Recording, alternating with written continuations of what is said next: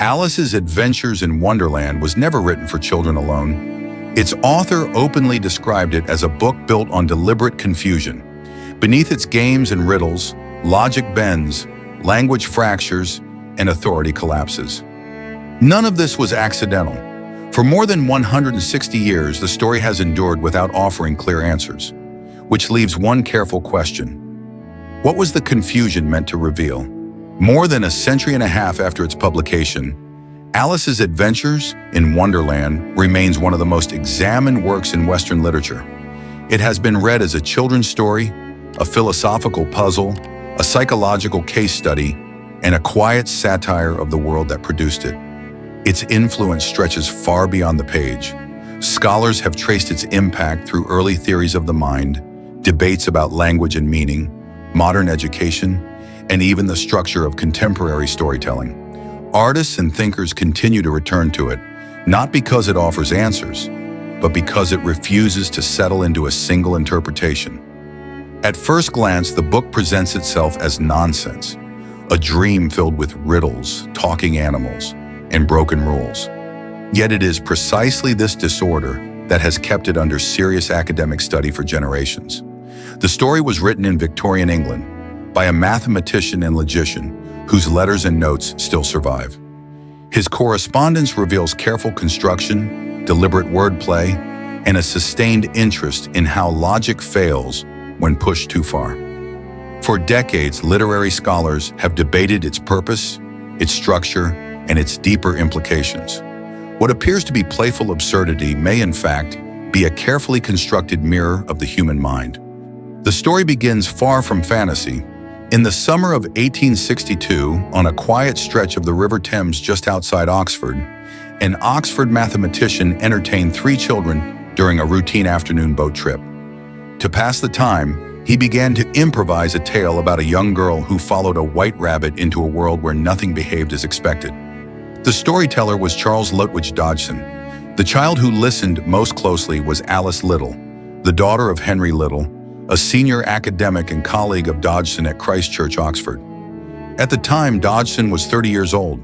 He lived a structured life shaped by precision and restraint. He lectured in mathematics at Oxford, specialized in formal logic, and served as an Anglican deacon within the Church of England. His professional world valued order, clarity, and rules that could be proven. The story he told that afternoon did not. Encouraged by Alice Little, Dodgson later wrote the tale down. The handwritten manuscript, completed in 1864, was titled Alice's Adventures Underground. It followed a simple sequence. A child grows bored, notices a white rabbit in a waistcoat, and chooses to follow it down a rabbit hole. From that moment on, cause and effect become unreliable. In 1865, the story was revised, expanded, and published as Alice's Adventures in Wonderland. It appeared in the middle of Victorian England, a society defined by hierarchy, discipline, and strict educational systems. Children were expected to memorize, obey, and conform. Language itself was treated as a tool for instruction, not play. Within this context, Wonderland unfolds as a series of disruptions.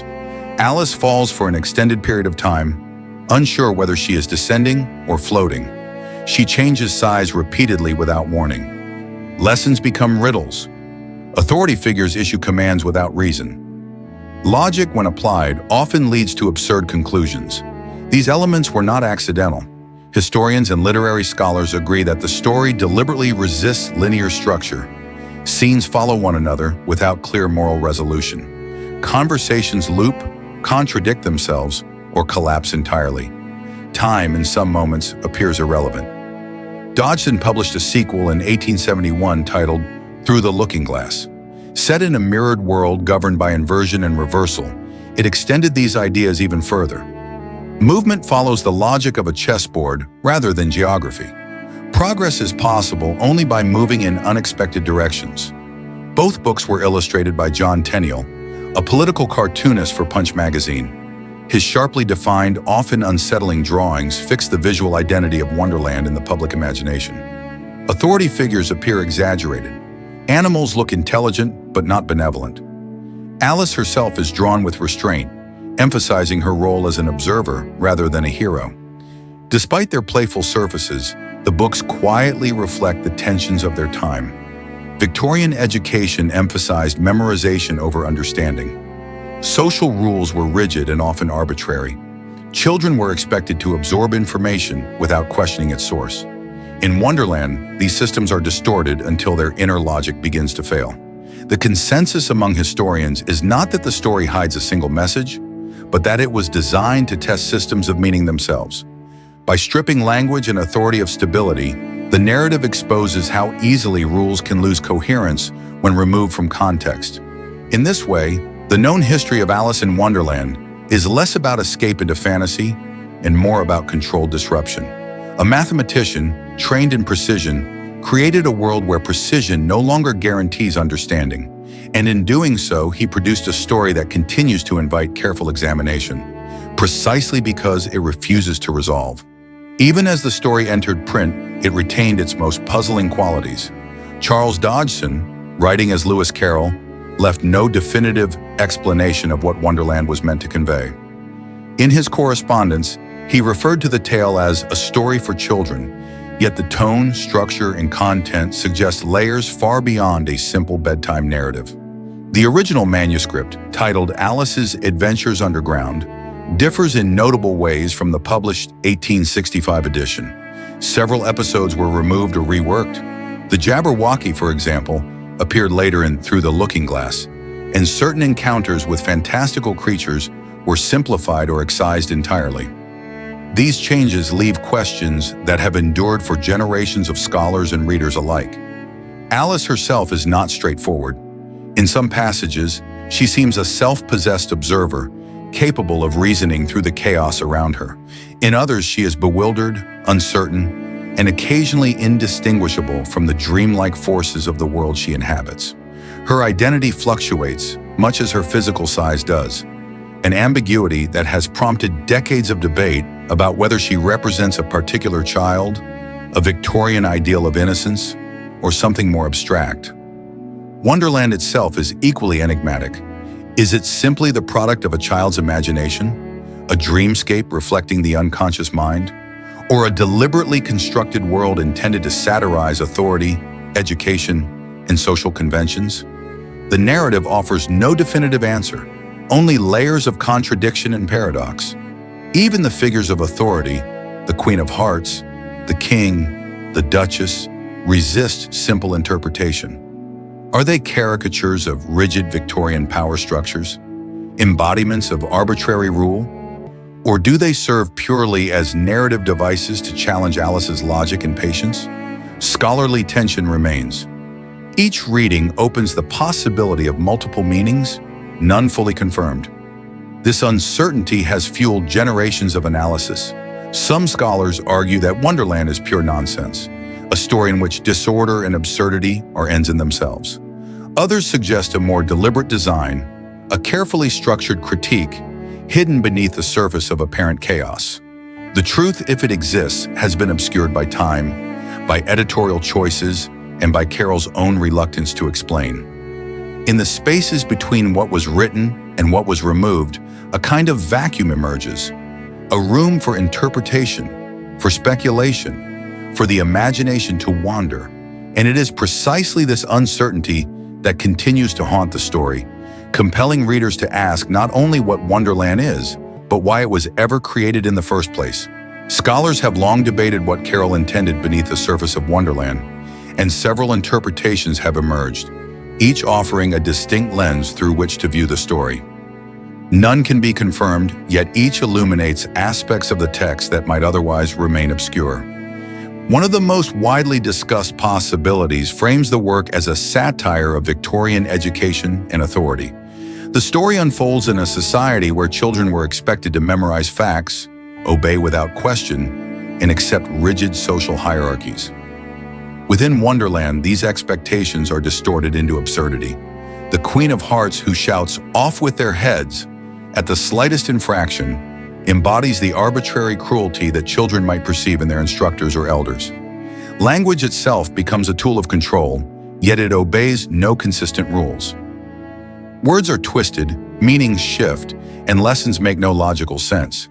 Wonderland in this reading operates according to rules, but they are rules that refuse to respect reason. The familiar structures of home, school, and society are subverted, revealing the fragility and arbitrariness of authority itself. Another interpretation approaches the story through the lens of psychological exploration, particularly the instability of identity. Alice's physical transformations, growing impossibly tall, shrinking to the size of a mouse, mirror her internal uncertainty. She questions who she is, repeatedly, as if her identity is a puzzle she cannot solve. Each encounter in Wonderland challenges her sense of self, from riddling cats to contradictory advice from strange adults. In this view, Carol's narrative prefigures ideas that would later become central to developmental psychology: the fluidity of childhood consciousness, the complexity of self-perception, and the disorientation experienced when the world refuses to make sense. Alice does not simply lose her way through Wonderland. She loses her grasp of who she is, navigating a landscape that constantly redefines her boundaries. A third interpretation sees the story as a philosophical experiment in logic. Carol, a mathematician and logician, embedded paradoxes and puzzles throughout the text. Dialogues resemble formal logic problems, often ending in contradictions or circular reasoning. Consider the Cheshire Cat, whose smile lingers even after the body has disappeared, or the Mad Hatter's riddles that defy solution. These narrative devices transform nonsense into a tool for examining flawed reasoning. In Wonderland, logic collapses, not because it is absent, but because it is applied without consistency. By exaggerating the limits of rational thought, Carol exposes the fragility of the very rules upon which understanding depends. Each of these interpretations offers a unique vantage point. Wonderland could be a satirical critique of rigid authority, a psychological mirror reflecting the uncertainties of identity, or a carefully constructed exploration of logic and meaning. It may, in fact, be all three simultaneously, layered with complexity that allows each reader to see something different. What is clear is that Carol created more than a story. He created a space in which the familiar becomes strange and the strange becomes familiar. In that space, laughter, bewilderment, and reflection coexist. By refusing to provide simple answers, Wonderland invites readers to question the systems, both external and internal, that govern their own understanding of the world. After considering the theories and interpretations, the story itself offers further clues, hidden in symbols, illustrations, and the manuscripts that preceded its publication. These are elements that have fascinated scholars, not simply for their narrative function, but for what they may reveal about Carol's intentions in the intellectual currents of Victorian England. One of the most striking symbols is the looking glass, introduced in Carol's sequel, Through the Looking Glass, published in 1871. A mirror inverts the familiar. Left becomes right, up becomes down, and meaning is no longer fixed. For Alice, stepping through the looking glass is not merely a physical transition, but a confrontation with a reality in which conventional rules no longer apply. Reflections dominate the space, and every action seems to have a reversed or unpredictable consequence. Scholars have suggested that the looking glass may function as a metaphor for self-reflection, for examining one's own assumptions, or for the broader philosophical notion that perception itself is fragile and conditional. In Victorian Oxford, where Carol lived and taught, mirrors were also objects of scientific curiosity, used in experiments with light and optics, a cultural context that may have shaped his fascination with inversion and symmetry. The Cheshire Cat is another element laden with meaning. Appearing and disappearing at will, its grin remaining long after the body has vanished, the cat embodies a mind without a body, a form of pure abstraction. It exists almost entirely in language and perception, guiding, confusing, and challenging Alice. In the context of a world obsessed with rational order, the Cheshire Cat represents the intellect untethered from convention, a detached observer that both participates in and mocks the chaos around it. Its enigmatic nature has led some scholars to interpret it as a symbol of reason or consciousness, operating independently of material reality, a subtle philosophical experiment embedded in the narrative.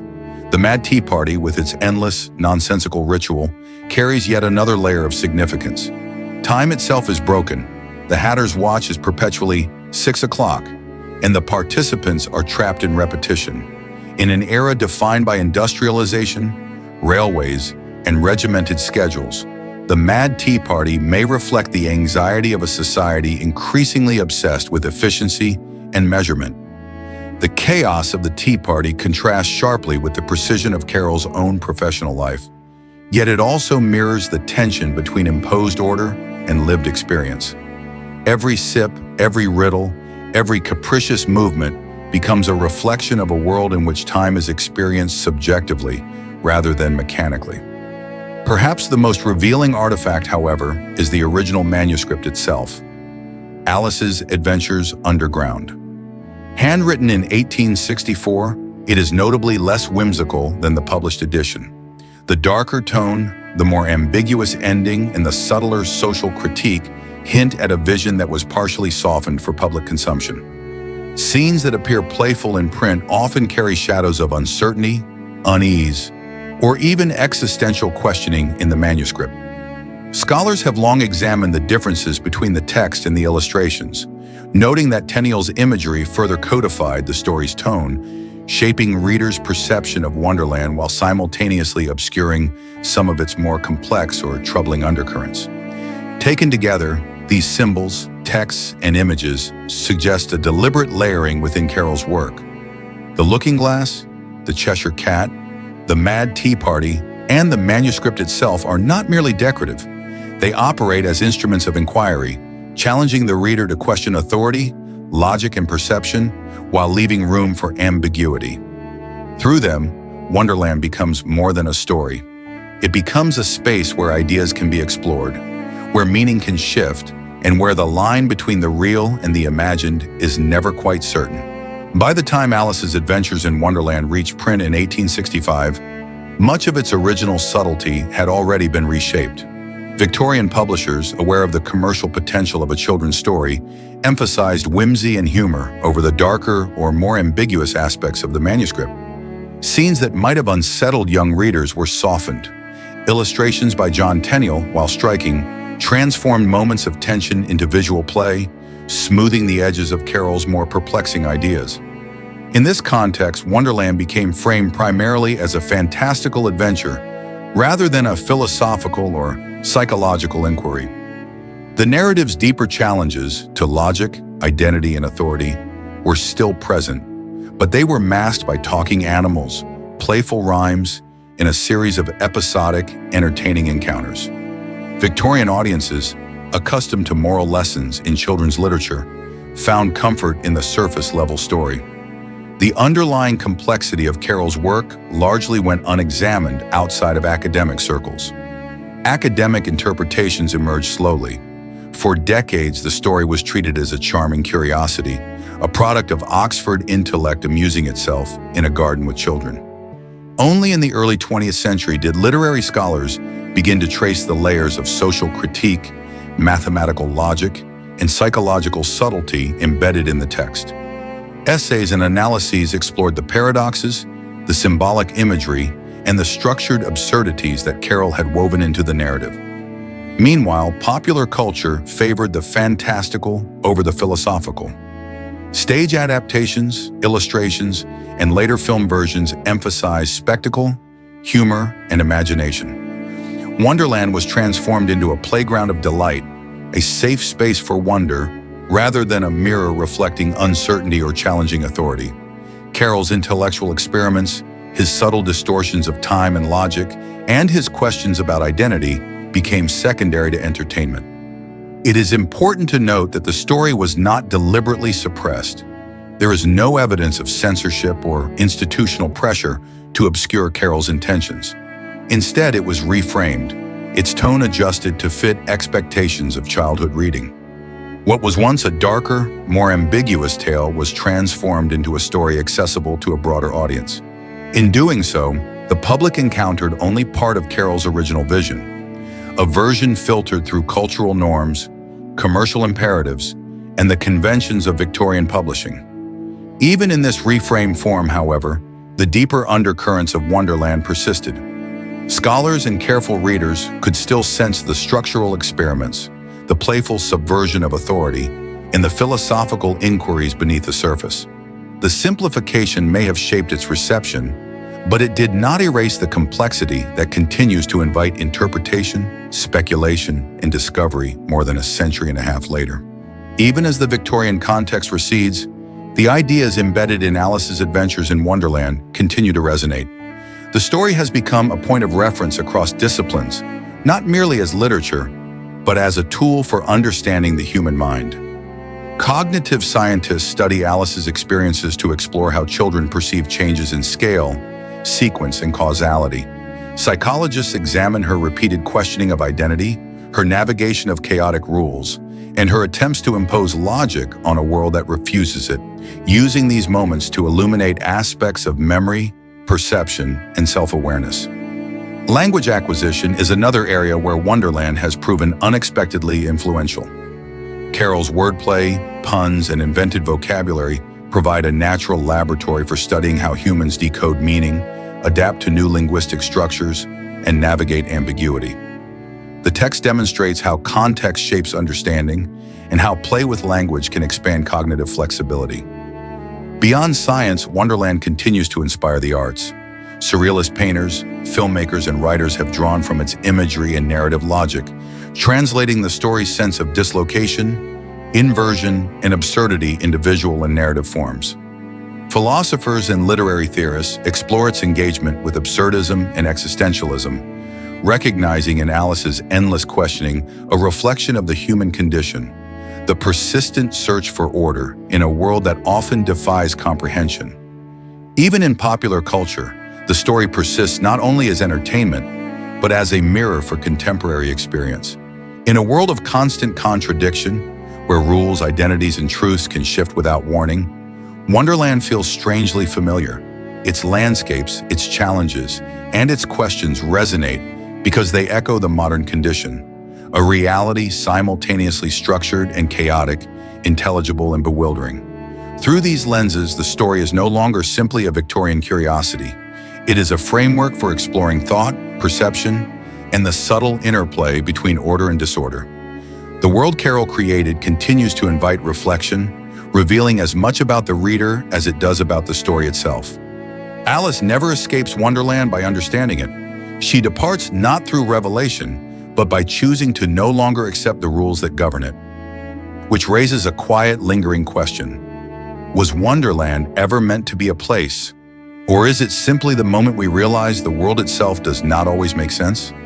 The story offers no definitive answers, only the invitation to explore, to question, and to imagine. If you found yourself drawn into this world of paradox and discovery, consider subscribing to continue exploring history, literature, and the hidden meanings that shape our understanding.